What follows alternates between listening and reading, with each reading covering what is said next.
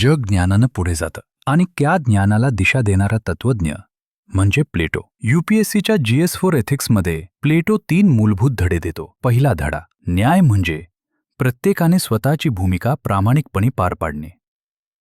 प्रशासनात अधिकारी जेव्हा दबाव, पक्षपात किंवा स्वार्थ टाळून फक्त जनहिताचं काम करतात, तेव्हाच खरी नीतिमत्ता निर्माण होते. दुसरा धडा, नेतृत्व म्हणजे पद नव्हे, तर ज्ञान, नैतिकता आणि वस्तुनिष्ठता.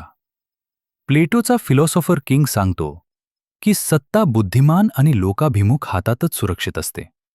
हीच अपेक्षा आपण प्रत्येक प्रशासकीय अधिकाऱ्याकडून ठेवतो. तिसरा धडा, मनाचं संतुलन.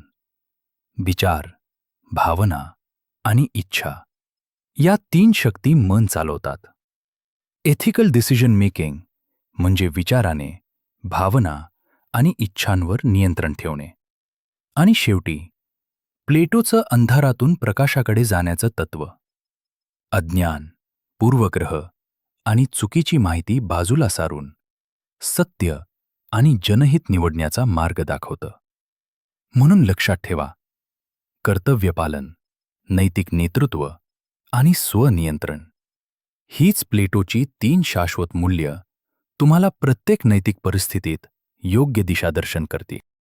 राज्यसेवा 2025 मेन्स देत आहात का? हे लक्षात असू द्या. GS4ला महत्त्वाचं ठरेल. आणखी अशाच प्रकारचे व्हिडिओज बघायला लाईक आणि सबस्क्राईब करायला विसरू नका.